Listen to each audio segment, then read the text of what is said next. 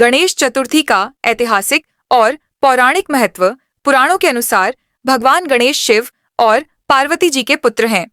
एक कथा के अनुसार माता पार्वती ने स्वयं अपने शरीर की मिट्टी से गणेश जी की मूर्ति बनाई और उसमें प्राण दिए।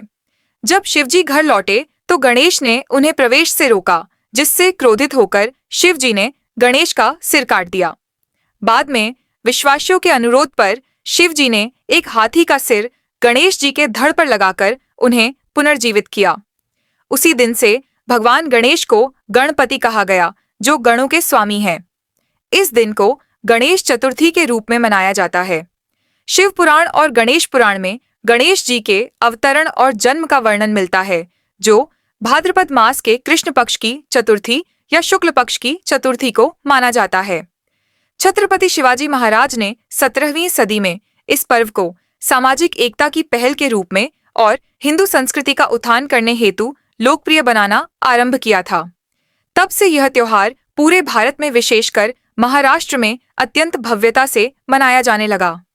तो धार्मिक और आध्यात्मिक महत्व। भगवान गणेश को विघ्नहर्ता, बुद्धि और शुभता के देवता के रूप में पूजा जाता है। उनका रूप ज्ञान, नया कार्य, नई शुरुआत और सफलता की ओर संकेत करता है।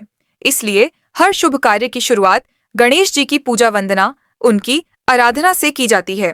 गणेश जी से प्रार्थना की जाती है कि वे जीवन के सभी विघ्नों, बाधाओं और कठिनाइयों को दूर कर जीवन को मंगलमय बनाएं।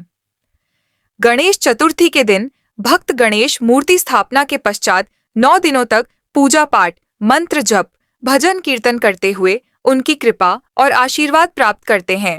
यह 9 दिन आध्यात्मिक शुद्धता, मन के संकल्प और इच्छा शक्ति को बढ़ाने का अवसर भी होता है। पूजा अर्चना में गणेश जी के 21 नामों का जप, विशेष मंत्रों का उच्चारण और प्रसाद वितरण शामिल होता है। 3. सांस्कृतिक और सामाजिक महत्व। गणेश चतुर्थी सिर्फ धार्मिक त्योहार ही नहीं, बल्कि सामाजिक एकता और सांस्कृतिक समरसता का पर्व भी है। यह त्योहार लोगों को एक साथ लाता है, चाहे वे किसी भी जाति, वर्ग या धर्म के हों।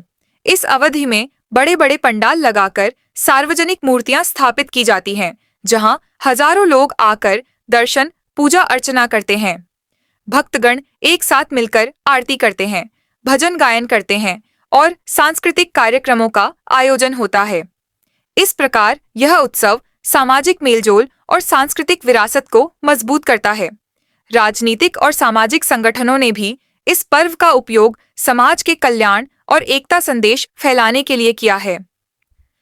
चौथे, पर्यावरण और आर्थिक प्रभाव। परंपरागत रूप से गणेश प्रतिमाएं मिट्टी की बनी होती हैं और उन्हें नैतिक रूप से विसर्जित किया जाता है। हाल के वर्षों में पर्यावरण संरक्षण की भावना से कई लोग प्राकृतिक और पर्यावरण अनुकूल सामग्रियों से गणेश की मूर्ति बनवाने लगे हैं। यह बदलाव सामाजिक जागरूकता को दर्शाता है। त्योहार के दौरान मूर्ख कारीगर गणेश प्रतिमाओं को बनाते हैं, जिससे कलाकारों और स्थानीय कारीगरों की आय होती है, जो आर्थिक रूप से एक बड़ा योगदान माना जाता है। इसके अतिरिक्त पूजा सामग्री, मिठाइयों, फूलों, सजावट के व्यापार से भी स्थानीय अर्थव्यवस्था को बढ़ावा मिलता है। 5. गणेश चतुर्थी और जीवन में इसके प्रभाव। गणेश चतुर्थी हमें यह शिक्षा देती है कि जैसे गणेश जी सभी बाधाओं को दूर करते हैं, वैसे ही मनुष्य को भी अपने जीवन में आने वाली चुनौतियों का सामना बुद्धि, धैर्य और सकारात्मक सोच से करना चाहिए। यह पर्व नई शुरुआत का प्रतीक है। गणेश चतुर्थी पर की गई पूजा और प्रार्थना से व्यक्ति में आत्मविश्वास, समर्पण और मानसिक शांति की प्राप्ति होती है। इसके साथ साथ यह पर्व परिवार और समाज में प्रेम, सहयोग और सामंजस्य का भी संदेश देता है।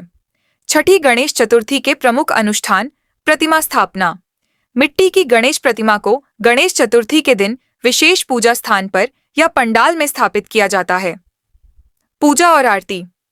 प्रतिमा की पूजा, मंत्र जाप और आरती की जाती है। गणपति बप्पा मोरया का जयकारा लगाया जाता है।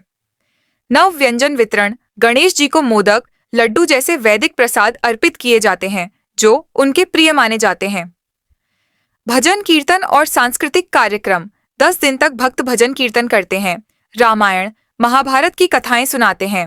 विसर्जन, पंडाल विसर्जन। 10वें अथवा 11वें दिन गणेश प्रतिमा का जाल या नदी, तालाब या समुद्र में विसर्जन किया जाता है।